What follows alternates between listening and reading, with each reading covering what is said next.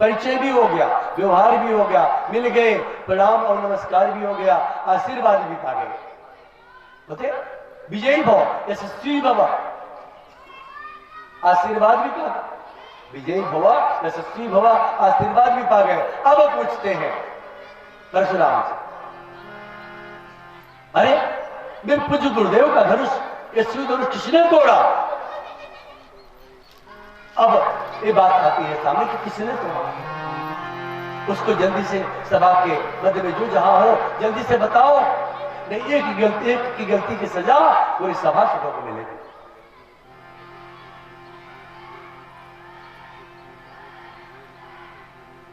Sobel गाओ बिहाई समाजा, Sobel गाओ बिहाई समाजा,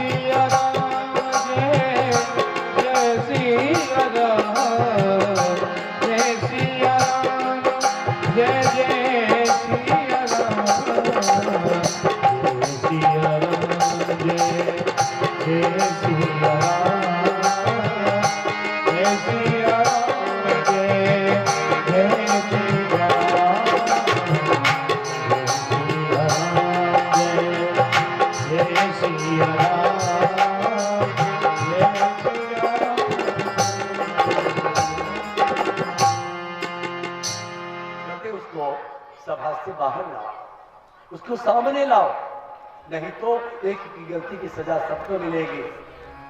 झटक उसको बाहर। कौन है जिसने को धनुष को भंग किया, तोड़ा? उसकी इतनी मजा, मेरे प्रभु के, मेरे गुरुदेव के धनुष को तोड़ दिया।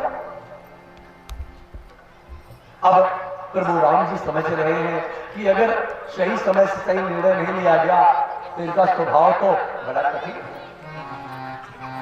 और जो भी गलती हुई है तो हमसे हुई है, हमारी गलती की सजा सबको क्यों नहीं? प्रभु राम जी खड़े हुए और हाथ जोड़ के खड़े हुए, नाथ संबोधन भंजन निवारा, भूषण भंजन निवारा,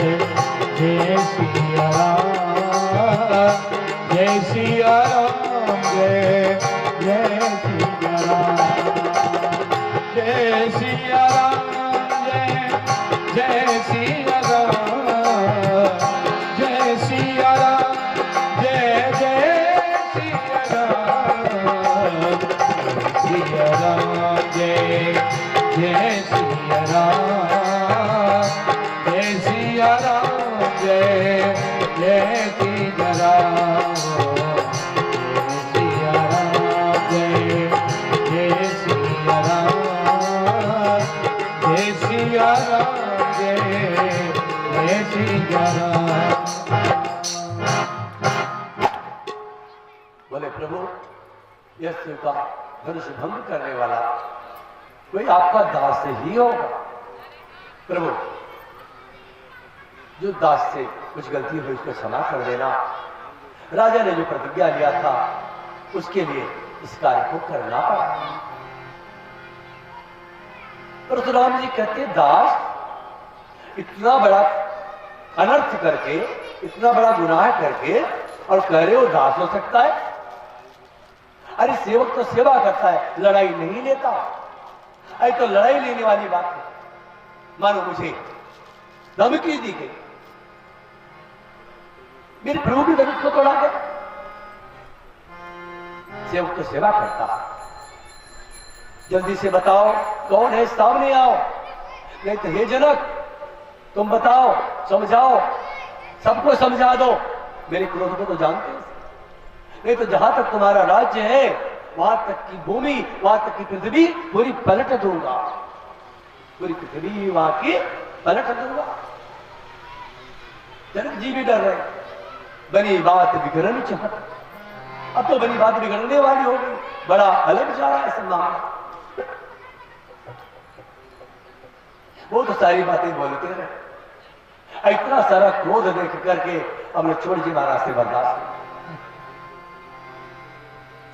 बोले बड़ा अच्छा देखा, आप तो जब भी बातें आती तो एक ही बात कहते परशुराम जी, मैंने ये कर दिया, वो कर दिया, तमाम बातें मैंने अपने बच्चे से काट के क्षत्रियों को विहीन, पृथ्वी को कर दिया, शस्त्राभाओं को मारा, तमाम बातें करते। लक्ष्मण जी से बर्दाश्त नहीं हुआ। लक्ष्मण जी कर सूर समर करनी करही कहीं न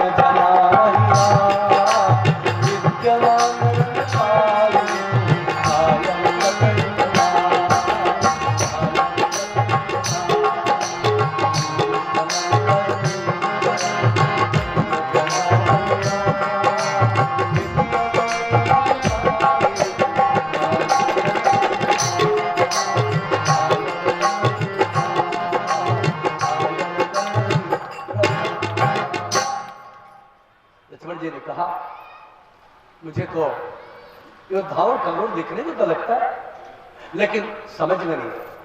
अरे योद्धा वो होता है जो समझ में अपनी करनी करता है, अपना बखाना नहीं करता। मैं ये कर दिया, वो कर दिया, वो कर दिया। अरे युद्ध के मैदान में आए हो, युद्ध करो, अपना प्रभाव दिखाओ, अपना स्वभाव दिखाओ। ये मत बताओ कि मैंने ये कर दिया। ये तो कायरों का काम है कि बखान करते मैं तो ये किया था, और जब बात आ जाती है तो उनका कुछ दिखता है। ऐसी बातें, चटपटी बातें सुन के अभी मानो कि घी तो था ही, अग्नि लगी थी और अग्नि तो ज्वाला भर के उसमें और घी डालने का काम, और क्रोध। ये कौन है इतना बड़ा उदंडता करता? जनक संभालो इसको, लेकिन अभी फरसे से इसको मैं काट के निकाल। बार बार फरसा दिखा रहे, बार बार धमकी दे रहे। लक्ष्मण जी बोले प्रभु क्यों डरा रहे? अरे हम क्या समझ रखे हो, हम रघुकुल से हैं, हम अयोध्या से हैं, हम तो एक बार काल से भी नहीं डरते, लेकिन आप बार बार धमकी दे रहे। इहा कुम्हड़ बतिया के लाई, इहा कुम्हड़ बतिया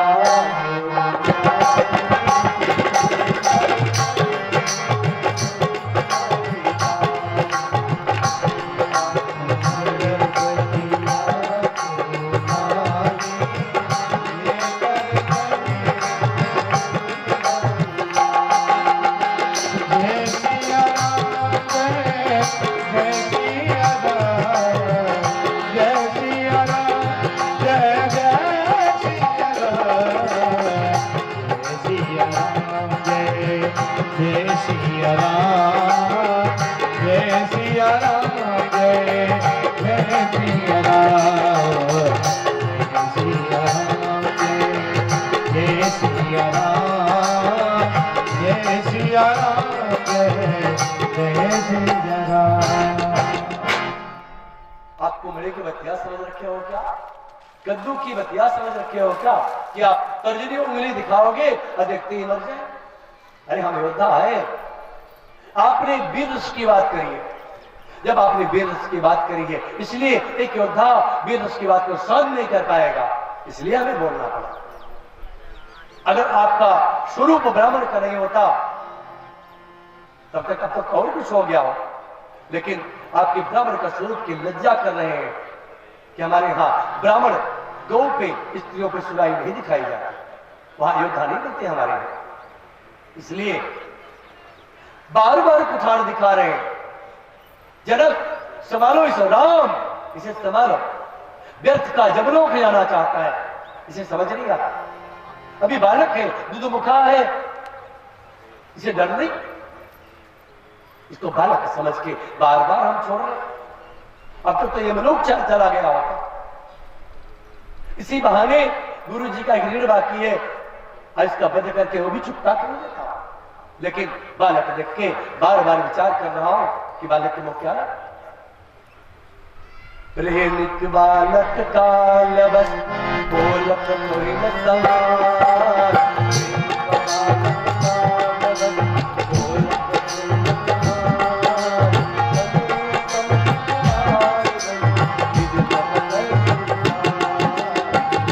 सगल संसार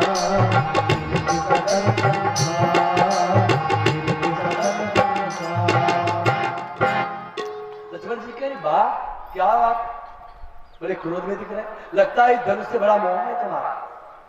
अरे ऐसी एक धनुइया नहीं, बहुत धनुइया बचपन में तोड़ा, आपके सामने तोड़ा, आपने देखा है, तब तो कभी मना नहीं किया, तब तो और उत्साह दिया लो तोड़ लो। और आज इस धनुष पे क्यों मोह? आप भी विवाह करना चाहते थे क्या?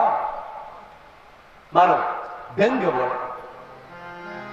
परशुराम जी ने कहा, सभी धनुई सब धनुष शिव के धनुष के बराबर हो सकती है क्या? ए बालक अब वध के योग्य हो गया, अब तो बर्दाश्त नहीं होता, इसकी हत्या करनी चाहिए। राम संभालो, नहीं तो अब हमारी फरसा इसके ऊपर चले जाए। राम जी कहते हैं,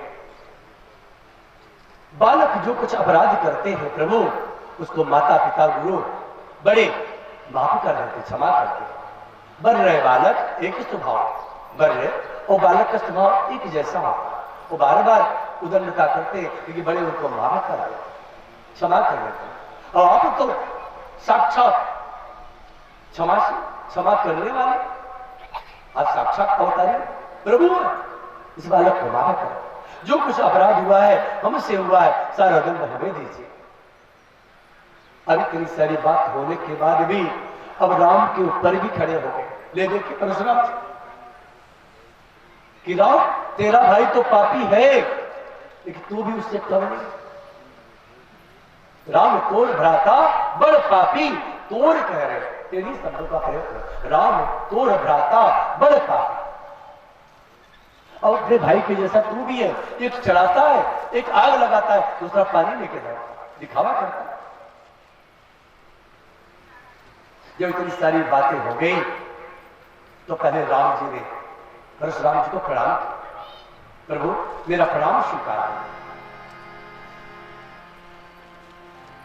आप सदा सर्वदा हमसे विजयी हैं, बड़े हैं, आप 9 गुण संपन्न हैं, हमारे तत्व एक ही है, आप जनेऊधारी हैं, आप ब्राह्मण हैं, आप पूजनीय, सदा सर्वदा पूजनीय है। मार कहूं पा परिय तुम्हारी, दुज देवता घर ही के बाड़े, आपको कोई छोटा बना नहीं सकता, आप जन्म से ही बड़े हो, आपको कोई छोटा बना नहीं सकता। अगर कोई आपसे लड़ाई भी ले तो भी आपको ही पूजे, हर प्रकार से आपसे हारा ही दिखता है, मैं हर प्रकार से आपके सामने हारा हूं, मैं कहां विजयी? अरे एक बालक आपके सामने विजयी कैसे हो सकता? प्रभु मेरे अपराधों को क्षमा कर।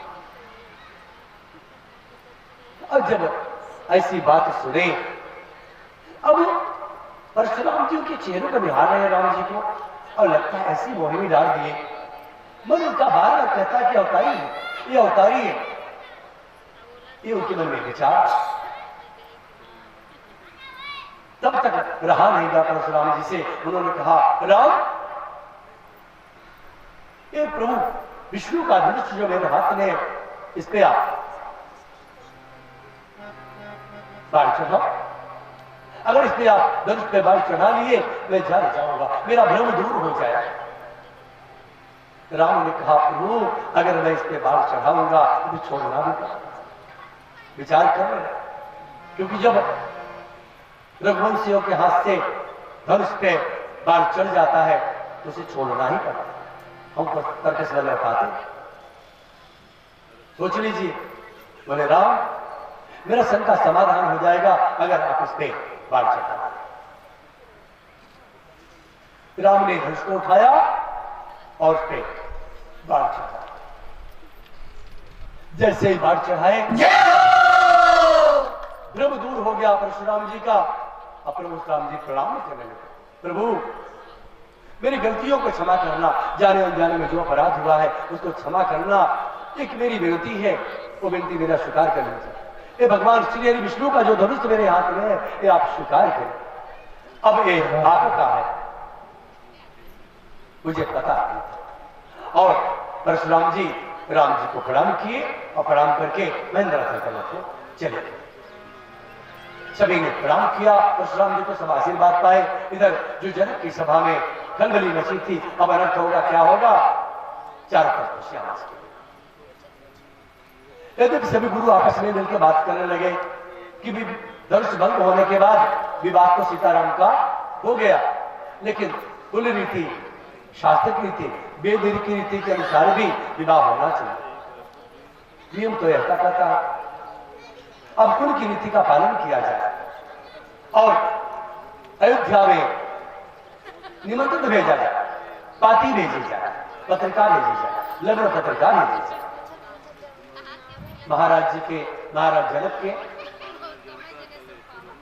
दूत पत्रिका लेकर अयोध्या में जाते हैं, संदेश देते हैं। उस समय भरत और शत्रुघ्न अयोध्या में खेल रहे थे। खबर मिली कि जनकपुर से कोई संदेश आया, बड़ा शुभ संदेश आया। भरत जी महाराज कहते हैं, अरे बहुत दिनों के बाद कोई संदेश आया है। जब से भैया राम और लक्ष्मण गए हैं अयोध्या से, तब से आज तक कोई संदेश नहीं आया। आज पहली बार कोई संदेश आया। संदेश बात को पूछते हैं, पाती में लिखा क्या, संदेशा क्या? संदेश बात बताता है कि आपके भैया राम और लक्ष्मण ने वहां गए यज्ञशाला में, जनक की सभा में। वहां पे राम जी ने धनुष को भंग किया और प्रतिज्ञा जो थी उस प्रतिज्ञा के अनुसार सीता और राम का विवाह हो गया। लेकिन वैदिक रीति के अनुसार विवाह होना चाहिए, दोनों परिवार एकत्रित होने चाहिए, इसलिए नियम बढ़ाया है। कुल रीति आपकी गांव की रीति जो नगर की रीति के अनुसार विवाह संपन्न। आई खबर पूरे राज्य भर में फैला। माता बड़ी प्रसन्न है, गुरु प्रसन्न है, महाराज दशरथ बहुत प्रसन्न है। बहुत दिनों के बाद शुभ समाचार मिला। कुछ गुरुदेव ने कहा था कि राजन अपने दोनों पुत्रों को दो, मैं ब्याज सहित लौटाऊंगा। बारी आ गई, गुरुदेव ने अपना वादा पूरा किया। अब इधर बारात से जनक की तैयारी, उधर जनकपुर में बारात की तैयारी हो रही है कि बारात आएगी और इधर स्वागत होगा, स्वागत की तैयारी हो रही है। इधर आपके अयोध्या से बारात की जाने की तैयारी। जथायोगी जो थे ऐसे ऐसे उच्च कोटि के रथ सारथी सबको दिए गए। रथ पे सवार माताएं भी होती हैं, रथ पे सवार गुरुजन होते हैं, रथ पे सवार गांव के नगरवासी होते हैं, राज समाज के जितने राजा महाराजा थे सब सवार होते हैं। भरत का रथ और शत्रुघ्न का रथ भी बहुत सुंदर सजा, मानो पवन के वेग से चलने वाला रथ घोड़े भरत जी और शत्रुघ्न जी के रथ में लगे हैं। बड़ा सुंदर साज समाज सजा के आज अयोध्या से बारात जनकपुर मिथिला के लिए चली। चारों तरफ बारात की जय जयकार हो रही, खुशियां मनाई जा रही। ऐसी भी ऐसी बारात, इतनी सुंदर बारात अभी तक किसी ने देखा ही नहीं। अब रास्ते में बारात जा रही है तो कुछ नगर के लोग, नगरवासी लोग पूछे, कुछ नगर की माताएं, नगर की बधुएं पूछ रही है, भैया ये बारात कहां जा रही है और कहां से जा रही है? तो ये कहते हैं कि बारात जनकपुर जा रही है और यह बारात अयोध्या से जा रही है जनकपुर के लिए। अच्छा, अयोध्या से? हाँ। किसकी बारात है? महाराज दशरथ की बारात। महाराज दशरथ अपने पुत्रों को ब्याहने जा रहे। अच्छा, इसमें दूल्हा कौन है? किस दूल्हे का विवाह है? दूल्हा कौन है? जरा दूल्हा तो बता। अब कौन बताएंगे? दूल्हा तो पहले से पहुंच चुका है ससुराल। अगर कह दे कि दूल्हा पहले से ससुराल में पहुंच गया है तो जगह सही होगी। कैसा ससुराल वाला दूल्हा है? हाँ, ससुराल पहले से प्रिय होगी, घर वालों को पता नहीं, विवाह बाद में होगा, दूल्हा पहले से ससुराल में पहुंच गया। अब कैसे बता? अब आगे बारात चली, वहां तो चेहरा झुक गया, कोई बता नहीं पाएगा। आपस में चर्चा चलने लगी, गुरुजन विचार करने लगे, नगरवासी विचार करने लगे, बड़ी जगह सही हो रही, ऐसी बारात जा रही, हम दूल्हे के बारे में नहीं बता पा रहे, लज्जा की बात है, क्या करें, क्या किया जाए? तब गुरुजनों ने बताया कि भरत की छवि राम से मिलती है और शत्रुघ्न की छवि लक्ष्मण से मिलती है। जब कोई दोबारा पूछे तो कह देना इस सांवरा जो है इसी का यही दूल्हा है, वहां विवाह इसका संभव। गोरा है उसका छोटा भाई। अच्छा, विचार करके चल दिए। जब पूछा गया तो कोई जवाब नहीं था।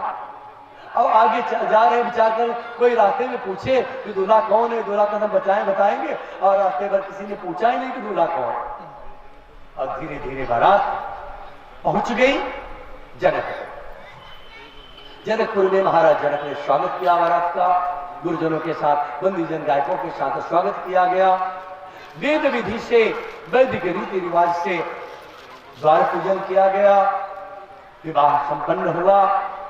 चारों पुत्रों का विवाह एक साथ महाराज जनक के कन्याओं के साथ संपन्न किया जाता है। महाराज जनक के भाई की भी कन्या थी और महाराज जनक की भी कन्या थी, 3 कन्या उनकी और 1 कन्या सीता जी, चारों का एक साथ विवाह किया गया। इधर राम लक्ष्मण भरत शत्रुघ्न है, उधर सीता मांडवी श्रुतकीर्ति और उर्मिला, 4 जोड़ियों का एक साथ विवाह होता। लोग बोलते एक मंडप में 2 विवाह मत करना, कहते हैं यहां तो एक ही मंडप में 4 विवाह हुए, इतने मंगलकारी विवाह हुए वैदिक रीति रिवाज से। बड़े ज्ञानी ध्यानी महात्मा संत और बड़े पंडित थे वहां, उन्होंने नहीं कहा कि चारों को विवाह क्यों कर रहे हैं।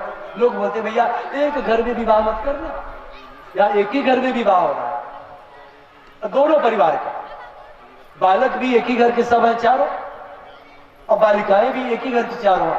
और इतना सुंदर निर्भन हुआ, इतना सुंदर विवाह संपन्न हुआ। अब महाराज दशरथ सोच रहे हैं कि बारात की विदाई हो, जल्दी चलो, अयोध्या सुनसान है, सबके सब अयोध्या से जनकपुर चले आए, कोई नहीं है। कैसा लग रहा है अयोध्या, मेरी सुनी से नहीं होगी। और सोचते हैं कि चलो जनक जी से कहो कि विदाई हो जाए, कहे तो कैसे कहे, शर्मा रहे। यहाँ लड़के वाला सीधा तान के बात करता है, मैं तो लड़के वाला दब के कैसे रहूं, बर पक्ष का। यहाँ महाराज दशरथ दब के बात कर, मैं बर पक्ष का हूं, छोटा। हम आप लड़की पछवाले को छोटा मानते, लड़की पछवाले छोटा मानते। यहाँ महाराज दशरथ छोटा अपने आप को बना रहे, मैं छोटा हूं। अरे देने वाला सदा सर्वदा बड़ा होता है, लेने वाला छोटा हो। जो देता है वो बड़ा है और जो लेता है चके छोटा है। तो महाराज जनक ने अपनी कन्या दान किया। महाराज जनक तो दानी है, मैंने लिया, मैं तो याचक, मैं तो छोटा हूं, कैसे आदर दो, कैसे आदेश दो कि मुझे जाने की अनुमति दो। उनकी आज्ञा का पालन करना पड़ेगा। बार बार सोचते हैं कि कहो, कैसे कहो। फिर गुरुजनों को बताते हैं और कहते हैं पूज्य गुरुदेव, जनक जी से आज्ञा है, बहुत समय बीत गया, एक पाख बीत गया, मतलब 15 दिन बीत गए, जन्माष्टमी है, रोज सोच रहे हैं अब चले, और 15 दिन बीत गया, अभी बारात की विदाई नहीं हुई। बार बार विचार कर रहे हैं। तब तो गुरुजनों से जब कहे तो गुरुजनों ने चर्चा किया, जनक जी बहुत अच्छा आपने सेवा किया, बहुत सुंदर सत्कार किया, आपकी सेवा, आपका सत्कार कभी भूलेगा नहीं। और जैसे समधी आप दोनों मिले हो, जैसा परिवार मिला है, ऐसा रिश्ता, ऐसा समधी, ऐसा परिवार भी कभी नहीं मिलेगा। ऐसा संयोग शायद एक ही बार बना, दोबारा नहीं बनेगा। बहुत सुंदर लगा, लेकिन अब चलना चाहिए। अयोध्या में भी सुनापन हो गया है, राजा यहाँ आए हैं, चारों पुत्र भी यही है, और प्रजाजन कैसे होंगे, देखभाल कौन करेगा, इसलिए चलना चाहिए। अनुमति दीजिए राजन। जैसे ही अनुमति मांगते हैं गुरुजन, मानो महाराज जनक के प्राण निकल गए। सोच रहे हैं कि मेरे प्राण हरण हो जाए, ये कैसे चले जाने का नाम लेते उनको बहुत दुख होने लगा कि जाने नहीं देना चाहते।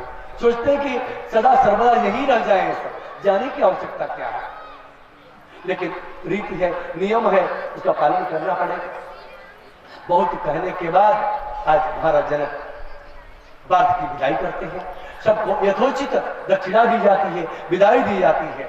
सबको, जितने लोग वहां आए थे, मराठ में गए थे, सबको दान दिया महाराज जनक ने। इधर जब सीता जी की विदाई होने लगी, तो सीता जी को जो प्रिय थी, जो जो प्रिय लगता था सीता जी को, वो सारी चीजें महाराज जनक ने सीता को विदाई में दिया। राम जी ने मांगा नहीं था, आज का लड़का मांगता।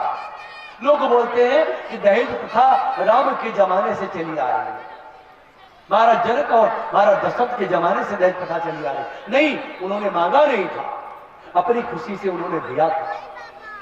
और जो पाए, जो पावा राखा नहीं था। महाराज दशरथ जो पाए वो भी लुटा दिए, अपने पास रखे नहीं। आज कोई दहेज का लोभी पाता है तो किसी को देता है क्या? प्रजा को 10 रुपया देना भारी पड़ता है, कर्म का देना भारी पड़ता है, और लोग बोलते दहेज तो वहां से चला। अरे समझो क्या चलन चलाया गया। शिक्षा मिलती है आपको, आरोप मत लगाओ। महाराज जनक ने जो बनता था सर्वस्व दान किया, और दान पाने वाले भी जो जहां प्रजाजन भी पाए वो भी एक दूसरे को देते रहे, कोई अपने पास रखा। जो पावा राखा नहीं था वो भी दूसरे को देता है, एक दूसरे को देते चले गए, अपने पास कोई नहीं रखा। महाराज जनक ने विदाई में गौदान किया, गौवे दिया, हाथी दिया, गज दिए, तुरंग घोड़े दिए, बहुत सारे धन दिए, अन्न दिए, वस्त्र चीर दिए, बहुत सारी सेवाएं भेंट कर आज बारात की विदाई होती है। विदाई होने लगी, माता और पिता दोनों सीता को समझाते हैं, पुत्री अब आज से यह आपका घर नहीं है। जब आपके परिवार वाले, घर वाले चाहेंगे, आपके ससुराल वाले चाहेंगे, प्रेम से, भाव से, तो समन्वय बना के तभी आपका आना जाना यहां होगा। आज के बाद सर्वस्व आपका अयोध्या है। पुत्री जाना, अपने सास ससुर के वचन का पालन करना, नित्य उनका सेवा करना, नित्य कहल करना, बिना कुछ कहे हर बात को समझ लेना और उस कार्य को कर देना। आपके पति की आज्ञा हो कुछ करने के लिए, उसके पहले आप उनके विषय में जान लेना, उनकी रुचि किसमें है, वो चाहते क्या है, उनका विचार क्या है, उनका भाव क्या है, समझ लेना, उस कार्य को पूर्ण कर देना। बेटी, तुम्हारे सर पे दोनों कुलों का भार है। आपके कर्म से जनकपुर प्रतिष्ठित भी होगा और आपकी गलती से लज्जित भी होगा। ऐसा करना पुत्री कि आपका ऐसा कुछ कर्म न हो जिससे जनकपुर मिथिला लज्जित हो। पुत्री, हमारी लाज अब तुम्हारे हाथों में है। माता पिता दोनों मिलकर समझाते हैं और पुत्री की विदाई हो। चारों कन्याएं विदा होती हैं, चारों वरों के साथ रथ सजाए जाते हैं, सुंदर सुंदर। सारी जो व्यवस्था वहां से मिली है, दान में वो सब रखे जाते हैं, जो भी बचता है साथ में लेकर अयोध्या के लिए आज सारा समाज बाराती प्रस्थान करते हैं। रीति रिवाज के अनुसार माता जब विदा करने लगती है पुत्रियों को, वो भी दुखी होती है, रोती है, बिलखती है। एक माँ अपनी पुत्री को, जिसको काली पोस के बड़ा किया, इतना बड़ा किया, और जब अपने पास से अलग करती है तो उसे बर्दाश्त नहीं होता। बहुत विलाप हुआ है, रुदन हुआ है, माता पुत्रियों ने रुदन किया, भेंट किया और विदाई हुई। आज बारात पहुंचती है अयोध्या। अयोध्या बारात जब पहुंच गई, खूब सुस्वागत हुआ, आरती हुआ, बंदन हुआ, न्यौछावर दिया जाने लगा, परीक्षण होने लगा, सब हुआ। माताएं शुभ आरती संवारी और पुत्री पुत्र वधुओं की, पुत्र और पुत्र वधुओं की आरती उतार रही है माता। वधु प्रवेश कराया गया, चारों वधुएं वधु प्रवेश कराया गया, चारों बहुएं बहने की अपने अपने कक्ष में जाए। माता सबको दुलारती है, सबको अलग अलग कक्ष दिए। पुत्र से स्नेह करती है माताएं। बहुत ही दिनों बाद मुलाकात हुई है। इधर सभी का सेवा सत्कार चल रहा है, आनंद उत्सव चल रहा है। कई दिन बीत गए उत्सव होते हुए। एक दिन अब विश्वामित्र जी, पूज्य विश्वामित्र जी गुरुदेव समझ गए कि अब हमें चलना चाहिए, बहुत दिन हो गया रहते हुए, अब हमें अपने आश्रम में चलना चाहिए। किसी के यहाँ ज्यादा दिन तक अतिथि बन के नहीं रहना चाहिए, नहीं तो एक दिन मेहमान दूसरे दिन बेईमान होना पड़ जाता है ना। कहते हैं गांव की भाषा में, पहले दिन मेहमान दूसरे दिन बेईमान, कुछ आरोप नहीं लगता। और जिस कार्य के लिए हम गए थे वो कार्य तो संपन्न नहीं हो गया। मैंने गया था एक ही की रक्षा के लिए और कार्य तो बहुत सारे हो गए। जब विश्वामित्र जी ने कहा राजन अब हम चलना चाहते हैं, हमें जाने की अनुमति दो राजन। जैसे ही गुरु विश्वामित्र जी कहते जाने का नाम लिए, आज तीनों माताएं महाराज दशरथ आंखों में अश्रु भर आया, रोने लगे, बिलखने लगे। पूज्यवर गुरुदेव आपके द्वारा, आपके ही आने से तो खुशियां आई है हमारे घर। ये जितना उत्सव है, ये जो चारों तरफ उत्सव हो रहा है, आनंद है, ये आपकी ही तो देन है, आप ही तो लाए हो। आप कहते जाना चाहते हैं, पूज्यवर अब यही रह जाइए, आप मत जाओ, क्या जल्दी है जाने की। यह बात सुन गुरु विश्वामित्र को नहीं, राजा मुझे जाना पड़ेगा। जब जान गए राजा दशरथ जी, महाराज दशरथ जान गए कि अब मुझे गुरुदेव रुकेंगे नहीं, तब बोलते हैं, कहते हैं कि प्रभु आप अपना दास समझ के, अपना पुत्र समझ के, अपना स्नेह बराबर हमको बनाए रखना, हमारे बच्चों पे भी बनाए रखना, हमारे स्त्री पुत्र और हमारे राज्य पे अपना स्नेह, अपनी कृपा सदैव बनाए रखना। और जब मांगने गए थे तब तो कहते हैं राम देत नहीं बने गोसाई। अब जब लौटा दिए, ब्याज के समेत ले गए थे 2, लौटाए 8 करके। इतना चक्रवृद्धि ब्याज दिए। तब आज महाराज दशरथ अपने परिवार से कहते हैं नाथ सकल संपदा तुम्हारी, नाथ सकल संपदा तुम्हारी, नाथ सकल संपदा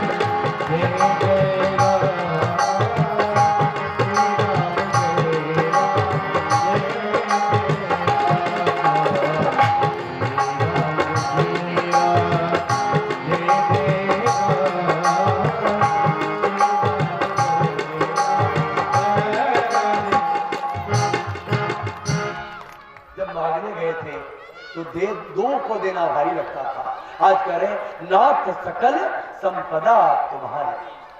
राज्य में जितनी संपत्ति है वो सब आपका है। और क्या कहते हैं, नाथ सकल संपदा तुम्हारी, मैं सेवक समेत सुत नारी। जितने सेवक हैं वो भी आपके हैं, चारों पुत्र भी आपके हैं, मेरी पत्नियां भी आपकी हैं। जब जैसा जो सेवा हो बोलना, हम एनी टाइम आपकी सेवा में उपस्थित हैं। जब लाभ पा जाता है इंसान ना, तो लालच बढ़ जाता है, सोचता है कि अभी कितना मिला है और मिले। अब महाराज दशरथ मन में और भी लालच आ रहा, हो सकता है गुरु की कृपा से और मिलने वाला हो। एक ले जाएंगे तो 4 करके देंगे, 4 ले जाएंगे तो 8 करके देंगे। इतना कौन देगा? इतना कहे, आशीर्वाद पाए और गुरुदेव ने आशीर्वाद दिया। विदाई हुई। आज विश्वामित्र जी अपने आश्रम को पधारे। इधर नित्य नूतन नया उत्सव चल रहा है, आनंद चल रहा है अयोध्या में। चारों तरफ खुशियां ही खुशियां, आनंद ही आनंद चल रहा। कुछ काल बीत गया, समय चलता रहा, रात दिन बीतते समय नहीं पता चलता। कब रात हुई कब सुबह हुआ पता ही नहीं चलता उत्सव में। एक दिन महाराज दशरथ राजमहल में गए और मन में विचार आया कि चलो राज्य से बाहर जाकर कुछ भ्रमण करें, राज्य की रूपरेखा को देखें, राज्य में क्या चल रहा है, राजकाज कैसा चल रहा है, विचार की। तो राजमहल में गए और अपने बालों को संवारने, मुकुट लगाने के लिए अपने बालों को संवारने लगे। और जैसे बाल को संवारने लगे तब तक उन्होंने देखा कि कान के पास जो बाल है वह सफेद हो गए। कान के पास जो बाल है वह सफेद हो गए। राजा को लगा अब तो हमारा जर्जपन आ गया, हमारा बुढ़ापा आ गया, अब हमें अपने राज्य का उत्तराधिकारी बनाना चाहिए। क्या करें? जब मैं देखता हूं चारों पुत्रों को एक साथ खेलते हंसते घूमते खाते पीते, बहुत आनंद आता है, लेकिन सब में राम कुछ श्रेष्ठ नजर आते हैं। और राम के अंदर राजा का गुण दिखता है। राम जो भी करते हैं वो न्याय पक्ष से करते हैं। जैसे राजा प्रजा के लिए न्याय करता है, वैसे राम भी जब प्रजा में जाते हैं, गांव में जाते हैं, नगर में जाते हैं, भाइयों के साथ रहते हैं, तो हमेशा न्याय की बात करते हैं, न्याय संगत बात करते हैं, धर्म शास्त्र की बातें करते हैं, वेद उपनिषदों की बात करते हैं। तो राम जैसा न्याय कौन हो सकता है? हमारा राज्य का उत्तराधिकारी तो राम हो सकते हैं। मन में विचार रखे और चले गए पूज्य गुरुदेव के पास, वशिष्ठ मुनि के पास गए। कहने लगे गुरुदेव मैं कुछ प्रश्न लेके आपके पास आया हूं, अगर आपकी कृपा हो तो मैं प्रश्न करूं। पूज्य गुरुदेव ने कहा राजन कहिए क्या कहना चाहते हैं? राजा ने कहा गुरुदेव मेरे मन में बड़ी इच्छा हो रही है कि अपने मेरे राज्य का उत्तराधिकारी चुन लिया जाए, राजकुमार चुन लिया जाए। हमारे मन में आता है कि राम को क्यों न राम को राजा बना दिया जाए, उनका राज्याभिषेक कर दिया जाए। अब मेरा बुढ़ापा आ गया, क्या ठिकाना जीवन का, क्या वैल्यू, अब तो बुढ़ापा आ गया है, कभी भी कुछ हो सकता है, इसलिए राम को राज्य का उत्तराधिकारी बना। महाराज प्रभु गुरुदेव ने वशिष्ठ मुनि ने कहा राजन घर में सलाह ले लो, सलाह मशवरा कर लो, सबसे पूछ लो और विचार विमर्श कर लो। महाराज दशरथ ने कहा गुरुदेव शास्त्र कहता है कि सुबह से शीघ्रम शुभ काम यथाशीघ्र कर लेना चाहिए और नहीं करने पर देर हो जाती है। तो मेरे मन में है कहां पूछने जाए, किससे पूछने जाए? अरे मैं राजा हूं, रानियां मेरी है, पत्नी हमारी है और सब मेरी आज्ञाकारी पत्नियां हैं, कोई इसमें बात नहीं खड़ी होगी और जो आप कहेंगे सब मानने को तैयार हो गए, आप आज्ञा दीजिए। तो वशिष्ठ मुनि ने कहा कि जो पांचे लग मत लागे नहीं का। अगर 5 लोग मिलके एक साथ बोले, पंचमेश्वर मान लो, 5 लोग अगर सलाह देते हैं, हाँ कहते हैं, तो राम को कल टीका कर दो, राज्याभिषेक राम का कर दो। 5 लोग मिलकर हाँ करेंगे, पंच परमेश्वर मान के 5 लोग मिलके हाँ कर दिए। जब हाँ कर दिए पूज्य गुरुदेव ने कहा ठीक है राम का राज्याभिषेक होना चाहिए। इधर बड़ी खुशियां। अब खबर राजमहल तक अभी नहीं पहुंचा। राजा को खबर है लेकिन राजमहल में खबर नहीं। लेकिन ढिढोरा जरूर नगर में पिटवा दिया गया, कल राम का राज्याभिषेक होगा। नगर में खबर चला, चारों तरफ उत्सव होने लगा, खुशियां छा गई, घर घर चर्चा चल रही कि कल राम का राज्याभिषेक होगा। और उसी बीच ऐसी चर्चा चल रही थी, उसी रात जिस दिन शुभ राम को राजाभिषेक होगा, उसी रात के समय, संध्या कालीन के समय, कई कई देश से कुंवरी मंथरा आती है कैकेयी से मिलने। कैकेयी की प्रिय सखी भी थी, कैकेयी को बड़ा दुलार करती थी, मानती थी, और कैकेयी भी बड़ा उनको आदर करती थी। मंथरा आई नगर में, बधावा देख रही, खुशियां देख रही। उसने पूछा बात क्या है? बड़ी खुशियां मनाई जा रही चारों तरफ, इतना उत्सव, बात क्या है? नगरवासियों ने बता दिया, कल सुबह होते ही राम का राज्याभिषेक होगा। इसी बीच भरत और शत्रुघ्न निहाल गए हुए, वो अयोध्या में नहीं है, और यहां इतना बड़ा आयोजन हो जाए। कभी भी याद करें, जब भी कोई बड़ा फैसला लेना हो घर में, परिवार में, सब परिवार एकत्रित होकर समन्वय बना के फैसला ले, अन्यथा ऐसी स्थितियां हर घर में आ सकती है। साथ का प्रमाण है, दो बेटे ननिहाल में हैं, भरत और शत्रुघ्न। रानियों को पता नहीं है, राजा अकेले ही निर्णय, खाली 5 जन की बात मान के निर्णय ले लेते हैं राज्याभिषेक करने का। मंथरा आई, उसे बड़ा बुरा लगा और किसी न किसी ढंग से महल में प्रवेश कर गई। जब महल में प्रवेश करी, कैकेयी के कक्ष में गई, कैकेयी से कहने लगी, कैकेयी बड़ा उत्सव हो रहा, बड़ी खुशियां मनाई जा रही, तुम्हें कुछ खबर है कि नहीं है? कैकेयी ने कहा, अरे हमें खबर से क्या लेना देना, राजा जो करेंगे सो अच्छा करेंगे, महाराज जो करेंगे सो अच्छा करेंगे, जो करते हैं वो अच्छा करते हैं, न्यायिक राजा। अरे बोले तुम तो बड़ी बावरी हो, बड़ी सीधी हो, दुधमुही हो, तुम्हें कुछ पता नहीं है, अच्छे बुरे का तुम्हें ज्ञान नहीं। अरे यहां क्या रथ होने जा रहा है, तुम्हें कुछ पता भी है? कैकेयी ने कहा, क्या कर रही हो, ऐसी बात क्यों करे? अरे बोले हाँ, बात ही ऐसी है, क्या तुम्हें पता है कल राम का राज्याभिषेक होगा?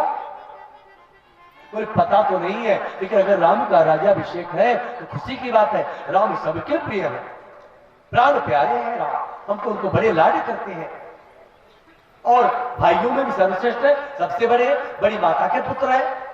अगर राजा ने निर्णय लिया राम को राजा बनाने का, तो गलत क्या किया? तुझे क्यों खटक रहा है?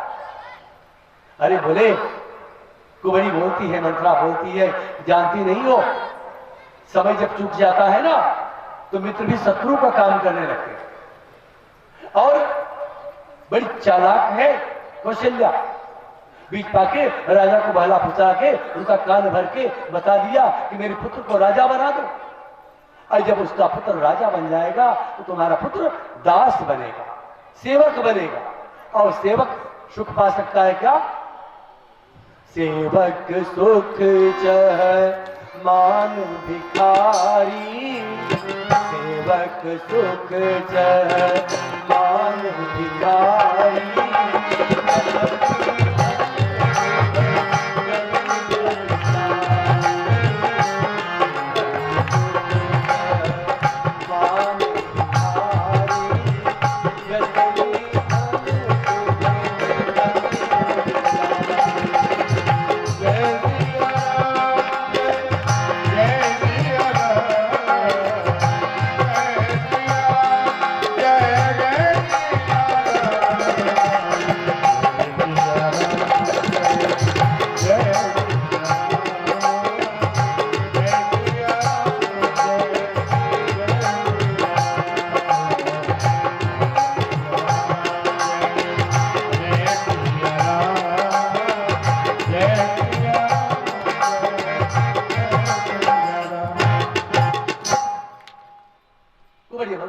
है कैकेयी, अरे शास्त्र को समझो, शास्त्र क्या कहता है? सेवक कभी सुखी रह सकता है? वो तो दिन रात सेवा में भी लिप्त रहे, उसे सुख का मौका ही नहीं मिलेगा। तो जब तुम्हारा पुत्र सेवक बन जाएगा तो सेवा में मस्त रहेगा, तो उसे आराम कहां मिलेगा, सुख कहां मिलेगा? जीवन उसका दास बन के गुजर जाए। अभी भी वक्त है, सुधर जाओ, संभल जाओ। और मान भिखारी, सेवक सुखी रहना चाहे, और भिखारी भिक्षा मांगने वाला, गली गली भीख मांगने वाला बोले मुझे कोई मान सम्मान नहीं देता, तो उसका दोष है। भिखारी को कोई सम्मान नहीं देता। व्यसनी धन, व्यसन करने वाला, नशेड़ी, नशाखोर, जो नशा करता है, नशा तो सर्वनाश करा देता है, सब बर्बाद कर देता है, तबाह कर देता है, सब खत्म कर देता है। नशेड़ी सोचे कि धन इकट्ठा कर ले, व्यसन करने वाला धन को इकट्ठित कर ले, वो बड़ा आदमी बन जाए, ऐसा कैसे संभव? शुभ गति व्यभिचारी, आचार विचार जिसमें ना हो, जो नियम धर्म का पालन न करने वाला, वो सोचे में शुभ गति प्राप्त हो जाए, मोक्ष की प्राप्ति हो जाए, भगवान की चरण शरण प्राप्त हो जाए, कैसे हो सकता है? हे रानी, अभी भी वक्त है, सुधर जाओ, संभल जाओ। तब तक कैकेयी ने कहा, हे घर फोड़ी, तू मेरा घर बिगाड़ रही है, अभी ठहर। दौड़ा लिया कैकेयी ने, कुबड़ी को दौड़ा लिया, ठहर, रुक, अभी मैं तेरी जीवा खींच लेती हूं, मेरा घर बिगाड़ रही है, फूट डाल रही घर में। जैसे तू कुरूप है, उल्टा है, वैसा इतना स्वभाव है। जब इतनी बातें कही, कुबड़ी भागी, बच के बड़ी दूर गई, जाने लगी। अब इधर कैकेयी के मन में विचार आया, जब बार बार कोई किसी को कहता है, प्रेरित करता है, कुछ न कुछ बात उसके मन में आ ही जाए। इधर कुबड़ी की, इधर कैकेयी के मन में आया, शायद मेरे लिए कुछ सही करे। उधर कुबड़ी रुदन कर रही, कैकेयी बुलाई, मंथरा इधर मेरे पास आ, मेरे पास आ जाओ। कैकेयी समझ गई, कुबड़ी समझ गई कि मेरा निशाना सही जगह लग गया, तो जो दाव खेला था वो दाव कामयाब हो। आई मुंह बना करके, छोटा मुंह बना के, अपने को छोटा बना के आई, रानी मैं तो तुम्हारी भले की बात कर रही हूं, अब तुम ही नहीं समझती हो तो क्या करूं? मैं जब भी सोचूंगी तुम्हारे भले की बात करूंगी, भले ही सोचूंगा, तुम्हारी सगी हो ना, खास हो, तुम्हारी अपनी हो, इसलिए बोले साहब मंत्रा बताओ कैसे काम बनेगा, क्या करें, कैसे क्या करें? अरे बोले तुम्हारे पास सारा हथियार है, आज तो तुम्हारे पास है, और बलि भी तुम्हारे सामने खड़ा हुआ है, तुम्हें हथियार चलाने की आवश्यकता है, बलि को ढूंढने की आवश्यकता है, बलि तो तुम्हारे सामने खड़ा, अब तक चले। बोले मैं समझी नहीं, सही सही बताओ। बोले राजा मन में प्रतिज्ञा लिया है कि कल राम को राजा अभिषेक करेगा और राजा बनाएगा। बोले हाँ मुझे भी ये पता है। बोले कुबड़ी ने कहा कुछ पुरानी बात तुम्हें याद है? बोले क्या? बोले देवासुर संग्राम के समय जब तुम्हें राजा ने वर देने के लिए कहा था, रानी आपने मेरी मदद की है, मैं आपकी वीरता से प्रसन्न हूं, आप वर मांगो। 2 वरदान देने के लिए राजा ने कहा था, तो आपने कहा कि चलो राजन मुझे किस चीज की कमी है, सर्वस्व तो है, वक्त आएगा कभी तो मैं आपके वर मांग लूंगी। वो वक्त आ गया, अब चूको मत, वो वक्त आ गया और वरदान मांग लो। बोले अच्छा क्या वर मांगू? ठीक है 2 वरदान तो मिलेगा, राजा झूठ नहीं बोलते, रघुवंशी है। बोले 2 वरदान जो मांगना है मैं बता रही हूं। एक वरदान मांग लेना कि राजा राम जी तपस्वियों के वेश में 14 वर्ष के लिए वन को चले जाए, और दूसरा वरदान मांगना कि राजा अभिषेक भरत का हो, भरत के लिए राजगद्दी मांग लेना, ऐसा करना। बोले अच्छा जो आप कह रही हो ये कार्य सफल होगा, राजा मान जाएंगे, अब मैं कैसे कह पाऊंगी? बोले हाँ मानेंगे राजा, लेकिन उसका भी उपाय बता रहे। दवा से ज्यादा परहेज काम करता है, दवा से अधिक परहेज काम करता है। बोले परहेज क्या करना है? अरे बोले वो बनाकर कोप भवन में चले जा, कोप भवन में चले जाना, और जो कोप भवन में जाओगे राजा तुम्हें मनाने आएगा, और राजा को तब राम की प्रतिज्ञा, राम की कसम दे देना। अगर राजा राम की कसम ले लेंगे महाराज दशरथ, तो अपनी बात से बदलेंगे नहीं, क्योंकि राम को बड़ा लाड करते हैं, राम बड़े प्रिय हैं उनके लिए। तो किसी का कसम मत दिलाना, खाली राम की कसम दिलाना। यहाँ कितने लोग राम की कसम खा के कितना अनर्गल करते हैं। अरे हाँ, राम की कसम लेने के बाद महाराज दशरथ ने प्राण निकाल दिए, लेकिन वचन इधर उधर नहीं हो पाया। बोले राम की कसम ले लेना और तब दोनों प्रश्न रखना, दोनों वर मांगना, राजा बदलेगा। सारा बहला फुसाला। इधर कई रात्रि काल में ही अपने वस्त्र आभूषण जो श्रृंगार थे सब उतार दिए, और श्रृंगार उतार के कोप भवन में चले गए। पहले राजमहल में अलग अलग घर मकान बनाए जाते थे। कहाँ रहेंगे तो पता चल जाता था कहाँ रहने से क्या प्रभाव है, घर में क्या चल रहा है।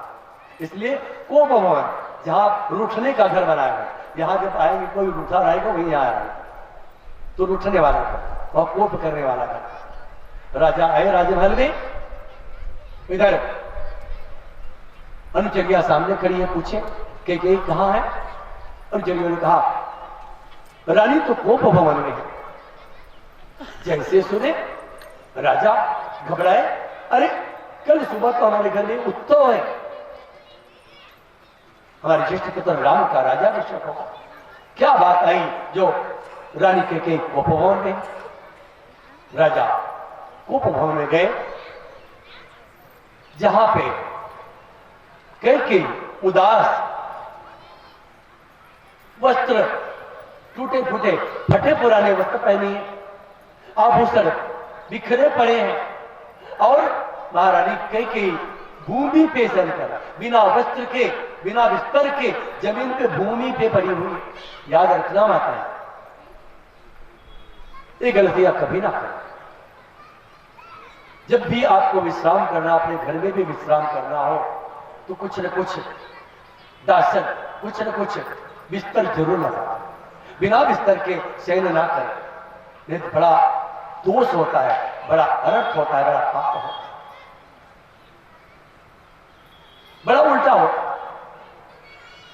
क्योंकि यहां पे बिना बिस्तर के कोप भवन में ऐसे जमीन पे लेटी हुई, सारे श्रृंगार इधर उधर बिखरे पड़े। राजा पूछे, बोले देवी बात क्या है, तुम तो परम सुंदरी हो, भामिनी हो, तुम्हारे जैसा कोई सुंदर नहीं। अरे तुम्हें क्या तकलीफ है, हमें बताओ। अरे किसी ने कुछ कहा क्या? कौन है ऐसा जो यमलोक जाना चाहता है? आपको क्या बोलना, कौन? अभी मैं उसको यमलोक भेज दूंगा, बताओ बात क्या है? किसने तुम्हें पिला दिया, तुम्हें किसने सताया? कई बोल रही नहीं। राजा उधर मनाने जाते तो कई दूसरे तरफ मुख कर लेते, उल्टा बैठे। बड़ा प्रयत्न किए राजा दशरथ जी, लेकिन कई मानने को तैयार नहीं। महाराज दशरथ ने कहा, अरे देवी जो मांगना है सो मांग लो, चाहो तो कोई कसम ले लो हमसे, चाहो तो कोई कसम ले लो। बोले चाहे कोई कसम ले लो कि जो मांगना है मांगो, रूठा रहो, रूठो मत, नाराज मत रहो। रघुकुंड रीति सदा चली आई, प्राण जाई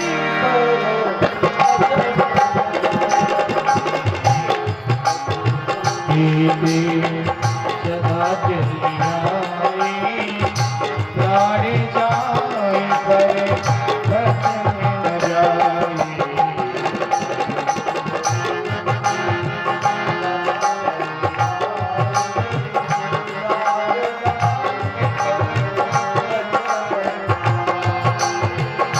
जय सिया राम, जय सिया राम।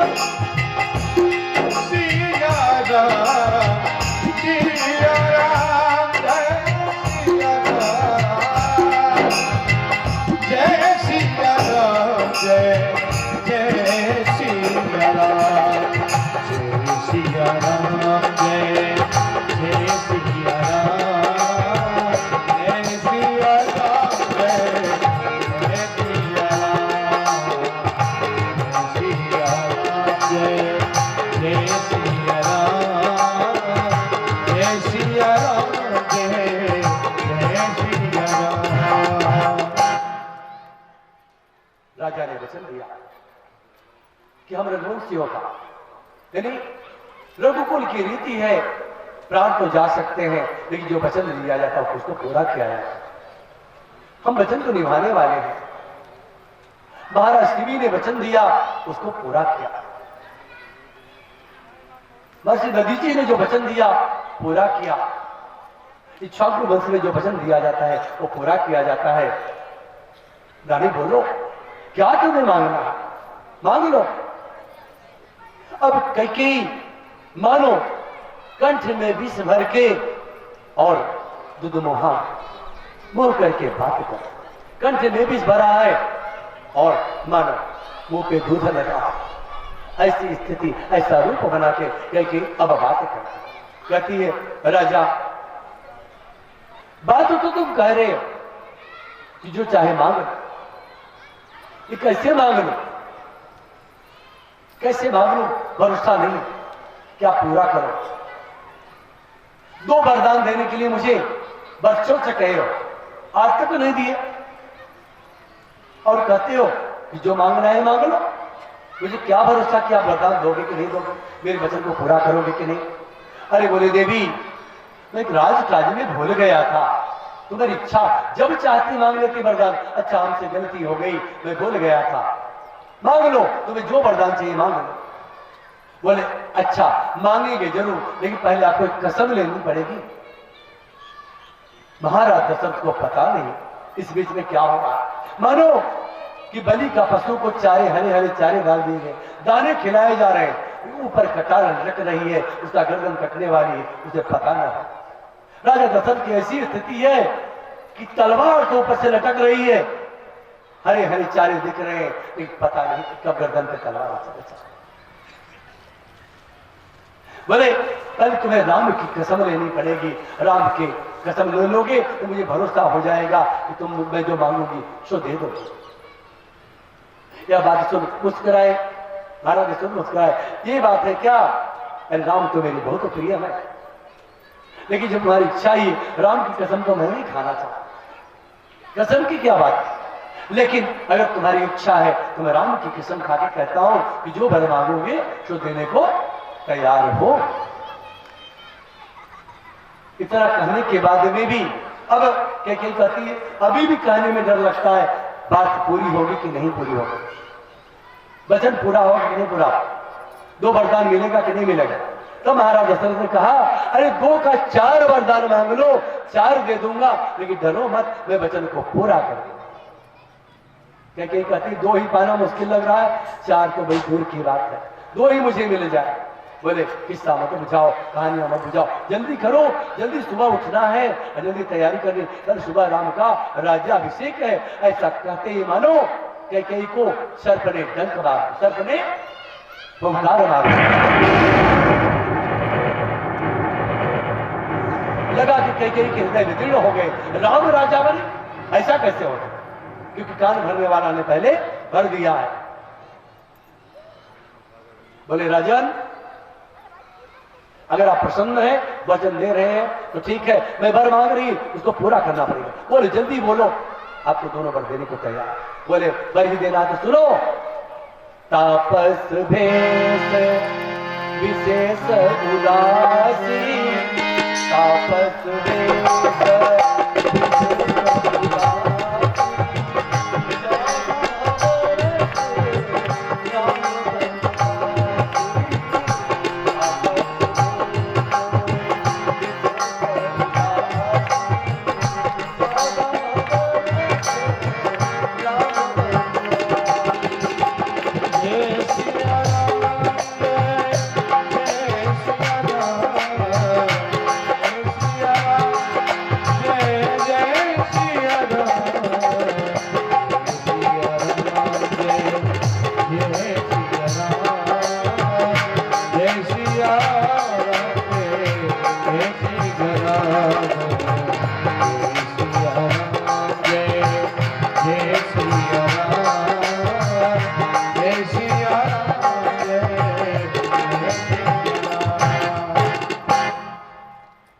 मेरा वर यही है। 2 वर। पहला वर है कि तपस्वी के वेश में राम 14 वर्ष के लिए वन को चले जाए।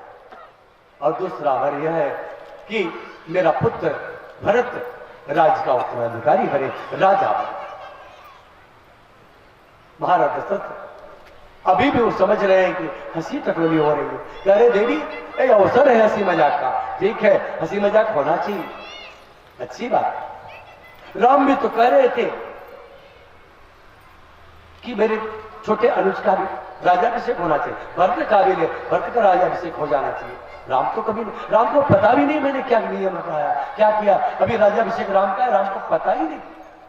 राम तो हमेशा अपने अनुजों का, अपने भाइयों का ख्याल रखता,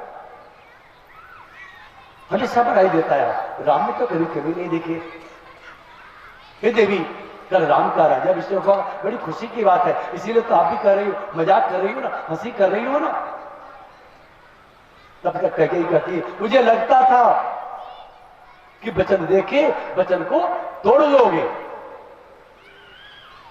कोई बात नहीं, हमारा पुत्र भले दास बना रहे, कोई बात नहीं, लेकिन जग में हंसाई होगी। आज के बाद रघुवंशियों को कहा जाएगा, रघुकुल वालों को कहा जाएगा कि वचन देके वचन को तोड़ देते हैं। इनको लज्जा नहीं आती। जग में कैसे मुंह को दिखाओगे, अपने चेहरे को कैसे दिखाओगे राजन। आज से ये बात लागू हो जाएगी। अब महाराज दशरथ को लगने लगा कि बात सत्य है, रानी तो कुठाराघात किया, वो तो बड़ा अनर्थ किया है,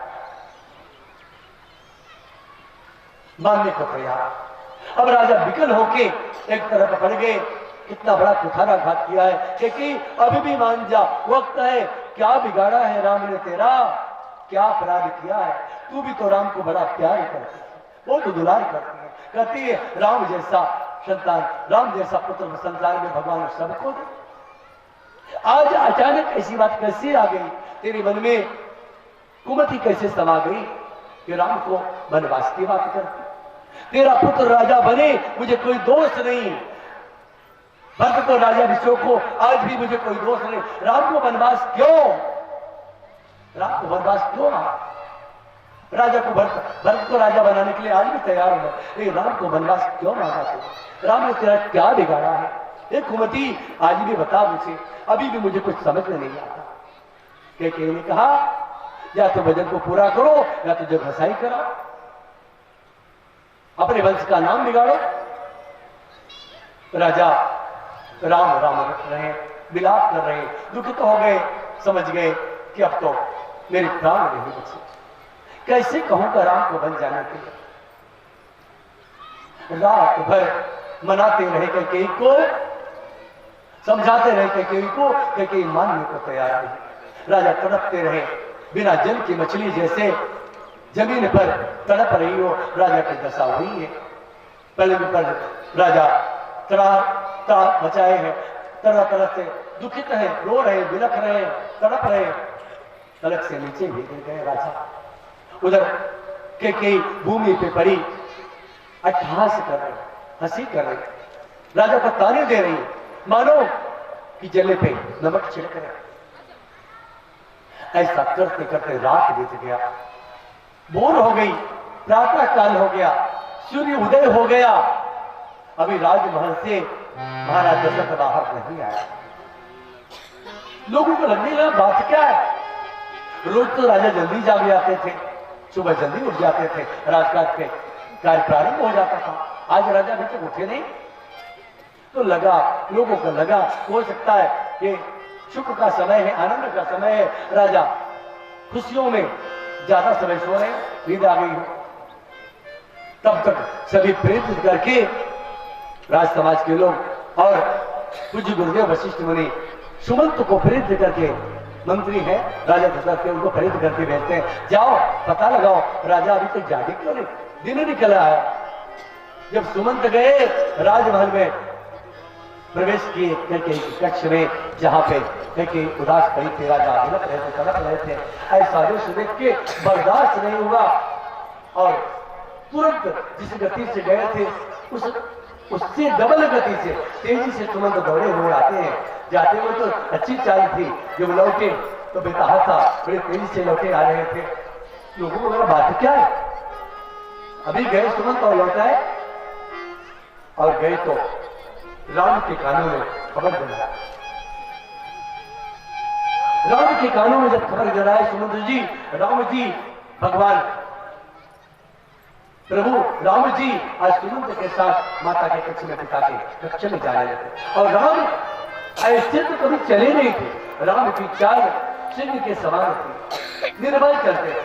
लेकिन राम आज पहली बार इतना तेजी से जा रहे हैं, चाल बिगड़ी हुई, लोगों को समझ में आने लगा बात क्या है।